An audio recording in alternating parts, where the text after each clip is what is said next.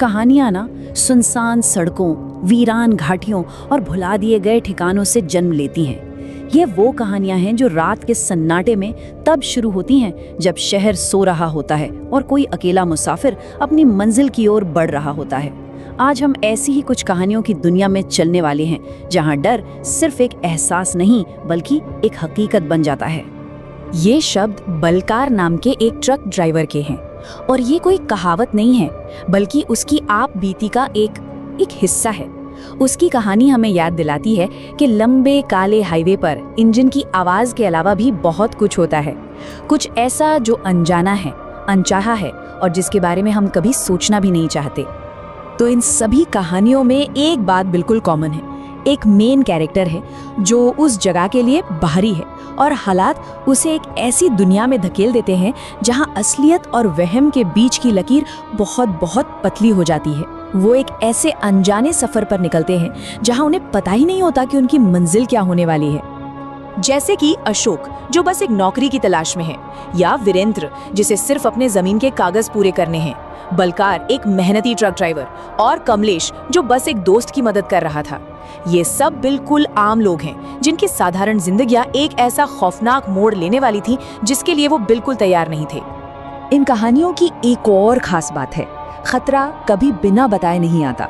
हमेशा हमेशा एक चेतावनी होती है, एक इशारा होता है, लेकिन उसे या तो मजाक समझकर टाल दिया जाता है या फिर हालात ही ऐसे बन जाते हैं कि उससे बचना नामुमकिन हो जाता है और यही अनदेखी उन्हें सीधे उस खौफ के मुंह में धकेल देती है। और ये चेतावनियां हैरान करने वाली हद तक साफ थीं। सोचिए, कंकालगढ़ में एक बुजुर्ग अशोक को सीधे सीधे कहता है, ट्रेन का नाम मत लेना और रात अकेले मत गुजारना, लेकिन अशोक उसे नजरअंदाज कर देता है। कुसुमपुर में वीरेंद्र को ऑटो वाला रात में बाहर निकलने से मना करता है और बलकार एक तजुर्बेकार ड्राइवर होने के नाते वो सड़क पर रखे काले बंडल को पहचान तो लेता है, लेकिन उसके पास उसे कुचलने के सिवा कोई और चारा ही नहीं होता। बलकार जिस चीज से टकराता है उसे कहते हैं उतारा। ये लोक जादू टोने में एक बहुत ही जानी मानी चीज है। लोग अपनी बला, अपनी मुसीबत या किसी पर की गई कोई करनी उसे एक पोटली में बांधकर सड़क पर फेंक देते हैं। मान्यता ये है कि जो भी उसे लांभेगा सारी मुसीबत उस पर चली जाएगी। बलकार के लिए ये सिर्फ एक अंधविश्वास नहीं था, ये एक हकीकत बनने वाला था। तो जब चेतावनी को नजरअंदाज कर दिया जाता है, उसके बाद डर फुसफुसाहटों में अपनी दस्तक देता है। ये एक अजीब से एहसास से शुरू होता है और धीरे धीरे एक ऐसी चीख में बदल जाता है जो रूह कंपा दे। चलिए देखते हैं कि ये खौफ आखिर बढ़ता कैसे है। देखिए, इस आतंक का ना एक पैटर्न होता है। ये 4 स्टेप्स में बढ़ता है।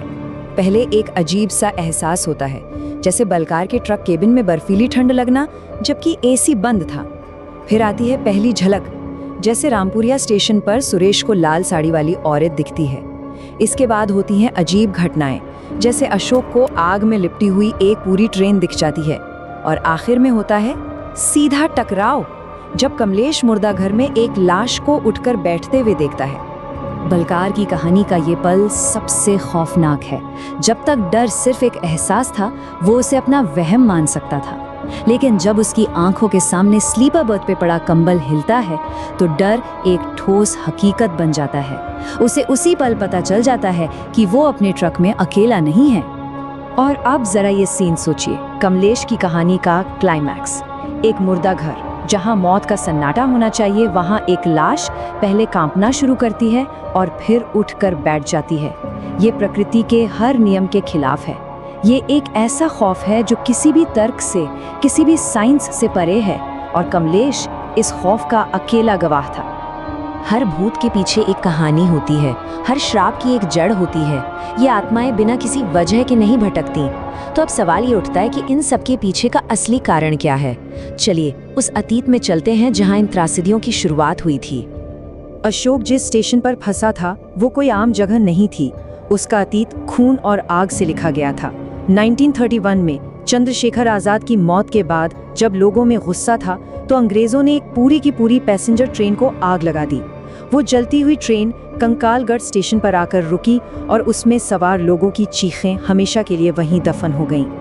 1300, ये सिर्फ एक नंबर नहीं है। सोचिए, एक ही जगह पर एक साथ 1300 आत्माओं को इतनी दर्दनाक मौत मिली हो तो वहां कितनी ज्यादा नेगेटिव एनर्जी होगी। कहते हैं बेगुन कौदर स्टेशन तो एक मौत से वीरान हो गया था, यहाँ तो 1300 जाने गई थी और शायद इसीलिए हर महीने की 12 और 13 तारीख को वो स्टेशन अपने दर्दनाक यादों को फिर से जिंदा करता है। लेकिन हर श्राप की जड़ एक जैसी नहीं है।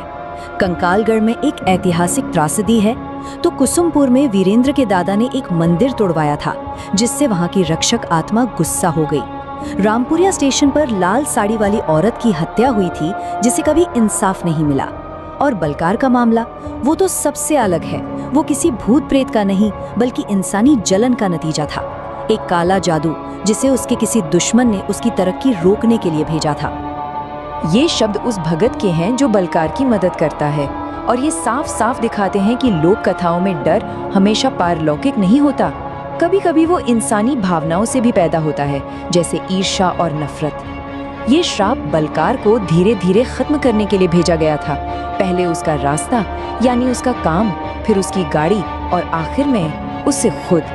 तो इन सब लोगों का आखिर में हुआ क्या? क्या वे उस खौफ से बच पाए या फिर वे उस अंधेरे में हमेशा के लिए खो गए? अब हम इन कहानियों के अंत पर पहुंचते हैं, जहां हर किरदार को अपने अपने हिसाब किताब का सामना करना पड़ता है। देखिए, अंजाम सबके लिए एक जैसा नहीं था। हर कोई नहीं बच पाया। अशोक और वीरेंद्र जैसे लोग जो उस जगह के श्राप में फंस गए, वो हमेशा के लिए गायब हो गए। अशोक के तो सिर्फ जूते ही मिले। वहीं दूसरी तरफ बलकार, कमलेश और सुरेश, वो जिंदा तो बच गए, लेकिन उस खौफ की यादों के साथ जीने को मजबूर हैं। वो बच तो गए, पर शायद पूरी तरह से कभी उभर नहीं पाए। बलकार की कहानी में एक अजीब सा इंसाफ भी होता है। जब भगत उस करनी को पलटता है तो वो श्राप वापस अपने मालिक के पास लौट जाता है। वो ड्राइवर और उसकी पत्नी अपने ही ट्रक में मृत पाए जाते हैं। उनके ट्रक का केबिन काले, चिपचिपे ग्रीस और सड़े हुए नींबू की बदबू से भरा हुआ था, बिल्कुल वैसी ही खौफनाक हालत में जैसी बलकार के लिए तैयार की गई थी। हाईवे जो जिसका होता है उसे सब कुछ लौटा देता है।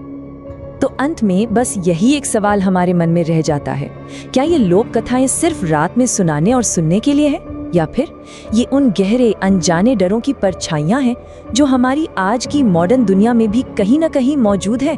जलन, अधूरा इंसाफ और अतीत की वो त्रासदियां जिन्हें हम शायद भुला चुके हैं। इसका जवाब शायद हर किसी के लिए अलग है।